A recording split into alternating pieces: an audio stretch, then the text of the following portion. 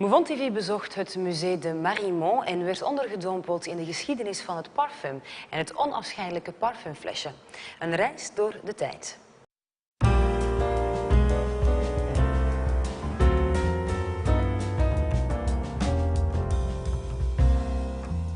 Madame Verbank, bonjour. Vous êtes donc à la base de cette exposition Parfums de l'Antiquité. Est-ce que vous pouvez nous en parler un mot, surtout que c'est une première mondiale? Oui, pour la première fois, on a mis en évidence les parfums de l'Antiquité grecque, étrusque et romaine pour mieux faire comprendre à la fois le monde antique. Nous avions décidé que les parfums sont la meilleure façon de pénétrer dans l'Antiquité, la respirer, l'appréhender, l'apprécier. Et l'originalité du sujet vient de la possibilité de montrer, de faire sentir et de montrer aux gens combien les parfums étaient importants dans tous les éléments de la vie quotidienne, dans tous les moments de la vie quotidienne antique. Alors aujourd'hui, le parfum de luxe a une connotation française. À cette époque, qui avait ce statut justement?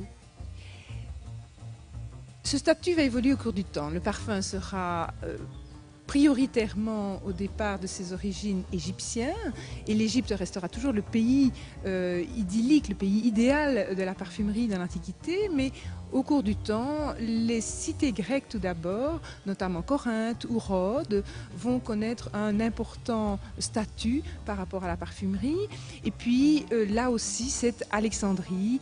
Dès l'époque d'Alexandre le Grand, bien sûr, qui a fondé cette ville, c'est Alexandrie qui sera la grande ville de la culture et la grande ville du parfum, jusqu'à ce que Rome prenne le relais. Rome et la Campanie, ces régions très paisibles d'où viennent les fresques qui nous entourent.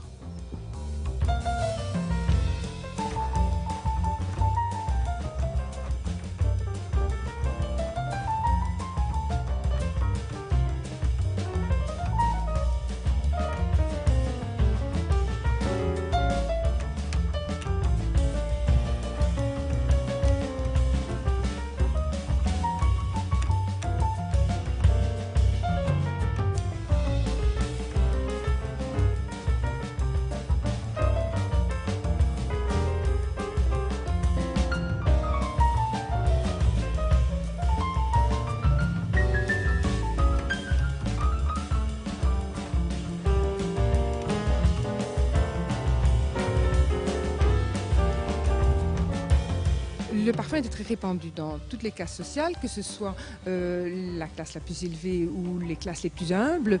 Et hommes comme femmes avaient plaisir à se parfumer et se retrouvaient à l'agora, notamment à la boutique du parfumeur. Il y avait des grands parfumeurs à cette époque, comme des noms connus? Il y avait des noms connus, surtout dès l'époque hellénistique. On constate que les auteurs nous ont laissé des noms par les textes. Mégalos, par exemple, fut un grand parfumeur. Et d'autre part, sur certains vases, on retrouve aussi des noms qui sont sans doute le nom du parfumeur qui a fabriqué la fragrance. Y a-t-il une grande différence entre les parfums antiques et les parfums actuels? Difficile de dire, de retrouver exactement ce qu'était un parfum antique, même si nous en connaissons les recettes pour la plupart. Ce que l'on peut dire, c'est qu'il y a à la fois des grandes ressemblances et des grandes différences. Les ressemblances viennent des matières premières utilisées, puisque beaucoup des matières premières utilisées dans l'Antiquité sont encore attestées dans la parfumerie actuelle. Par contre, la base parfumée est très différente, puisque ce sont des huiles et des graisses qui servent de base au parfum et non pas l'alcool comme c'est le cas actuellement. Ce qui implique une différence d'usage fondamentale. On ne vaporise pas un parfum antique, bien au contraire, on s'enduit de parfum. Et donc il y a là un geste qui est déjà un geste de massage et un geste de soin, tout autant qu'un geste de parfum. Alors Olivier, bonjour, vous êtes parfumeur de formation. Que faites-vous exactement dans le musée de Mariemont? Donc je m'occupe de développer des ateliers olfactifs qui sont destinés aux visiteurs de l'exposition. Il s'agit de proposer un complément olfactif à l'exposition, donc d'avoir à la fois une présentation des objets liés à l'usage des parfums dans l'Antiquité gréco-romaine et ensuite d'avoir véritablement une séance d'initiation olfactive aux parfums de l'Antiquité. Très bien, alors ici je vois des petits flacons, est-ce que vous pouvez nous en parler un petit peu? Oui, Oui, alors effectivement, on a différentes matières premières qui sont tout à fait spécifiquement liées au thème de l'exposition. Donc on va à la fois avoir des produits qui étaient uniquement utilisés dans l'Antiquité et dont on a complètement perdu l'usage. Comme quoi? On prend par exemple le nard de l'Himalaya, qui était évidemment considéré comme le parfum le plus précieux à l'époque de la Grèce antique et qui aujourd'hui est considéré comme un parfum qui est beaucoup trop violent pour notre culture olfactive. Et donc il est totalement tombé en désuétude. Donc vous nous avez fait déjà sentir la fleur de lotus, oui. Pouvez-nous faire sentir d'autres choses? Oui, bien sûr.